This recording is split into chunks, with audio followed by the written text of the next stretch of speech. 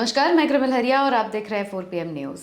बात करते हैं मुंबई की। 11 फरवरी के दिन मुंबई के लिए बहुत बड़ा होने वाला है। करीब 4 साल के इंतजार के बाद मुंबई को अपना नया मेयर मिलने जा रहा है। 7 फरवरी से नामांकन शुरू होगा, लेकिन क्या यह सिर्फ एक चुनावी औपचारिकता है? पिछले 4 सालों से मुंबई बिना किसी निर्वाचित प्रतिनिधि के, यानी कि बिना किसी मेयर या नगर सेवक के चल रही थी।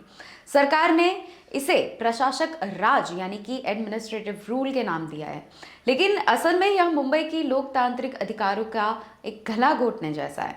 आज जब चुनाव हो रहे हैं तो हमें इन सवालों को पूछना होगा कि पिछले 4 सालों से दबाए गए क्यों थे। कंक्रीट के रोड बन रहे हैं, सीवरेज ट्रीटमेंट प्लांट बन रहे हैं, मेट्रो का काम शुरू है, कार शेड हो गया है, बाला साहब ठाकरे आपला दवाखाना हो गया है। कितने काम किए। ये 300 एकड़ का बड़ा गार्डन बना रहे हैं, सेंट्रल पार्क बना रहे हैं हम।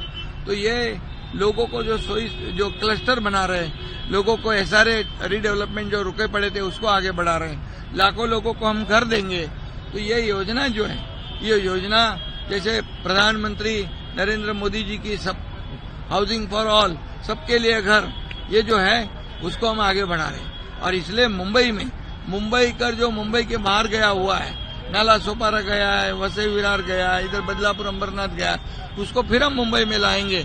ये मुंबई पिछले जो जिनकी सत्ता थी उनकी वजह से बाहर गए, अब उनको हम वापस लाएंगे और उनको घर देंगे। और इसलिए पूरी हमारा एजेंडा क्या है? डेवलपमेंट का एजेंडा है। हमारा एजेंडा सेटलमेंट का नहीं है, हमारा एजेंडा डेवलपमेंट का है। इसलिए वोट डेवलपमेंट को मिलेगा, सेटलमेंट को वोट नहीं मिलेगा। बात करते हैं राजनेताओं के भाषण की। पहला बड़ा सवाल कि चुनाव में इतनी देरी क्यों हो रही है? संविधान के मुताबिक 6 महीने से ज्यादा किसी भी नगर पालिका को बिना जनप्रतिनिधि के नहीं रखा जा सकता है, लेकिन मुंबई में यह खेल 2012 से चल रहा था।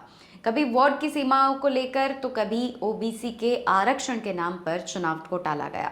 विपक्ष का आरोप है कि सरकार चुनाव से डर रही थी और इन्हें डर था कि अगर मुंबई की जनता ने उन्हें नकार दिया तो राज्य की सत्ता की नींव हिल जाएगी। क्या यह सच है कि अपनी राजनीतिक सुरक्षा और सुविधाओं के लिए 1.25 करोड़ मुंबईकरों को उनके वोटिंग के अधिकार से दूर रखा गया? जब मेयर नहीं था तो बीएमसी को प्रशासक चला रहे थे, यानी कि जनता के प्रति कोई जवाबदारी नहीं थी। इसी बीच कांग्रेस और अन्य विपक्षी दलों ने बीएमसी ऊपर भ्रष्टाचार की एक लंबी चार्जशीट भी जारी की थी।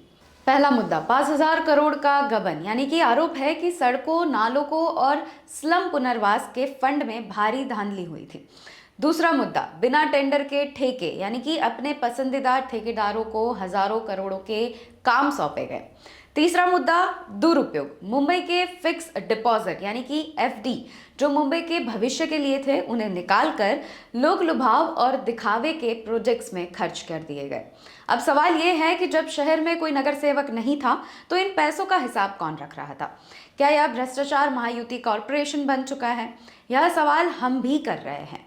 सरकार कोस्टल रोड और बड़े प्रोजेक्ट्स का विज्ञापन कर रही है, लेकिन एक आम मुंबईकर की जिंदगी कैसी है उस पर नजर डालते हैं। सबसे पहला, गड्ढों का आतंक। हर साल करोड़ों का खर्च होता है, फिर भी मॉनसून में सड़कें तालाब बनती जा रही है। पानी की समस्या, मुंबई के कई इलाकों में आज भी पानी के लिए हाहाकार मचता दिखता है। बेस्ट की हालत की बात करें तो आम आदमी की लाइफलाइन बेस्ट की बसों की संख्या घट रही है और पुरानी बसें सड़कों पर कम दौड़ रही हैं।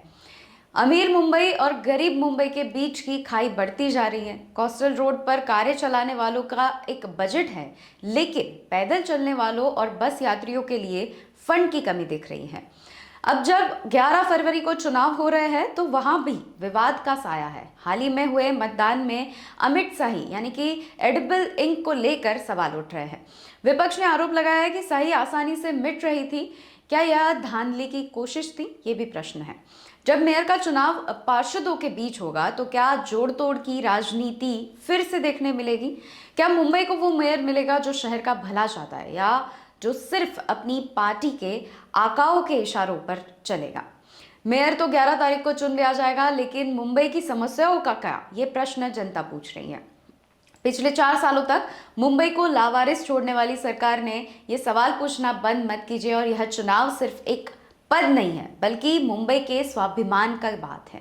मुंबई का टैक्स भरते हैं, मेहनत करते हैं, और बदले में उन्हें क्या मिलता है? भ्रष्टाचार, ट्रैफिक और गड्ढे। इस बार इस मेयर के चुनाव में सिर्फ शुरुआत ही हुई है, लेकिन असली परीक्षा अगले 5 सालों के काम की होगी। आपकी इस बारे में क्या राय है, ये हमें कमेंट करके जरूर बताइएगा कि क्या 11 फरवरी के बाद मुंबई की ये तस्वीर बदलेगी। नमस्कार।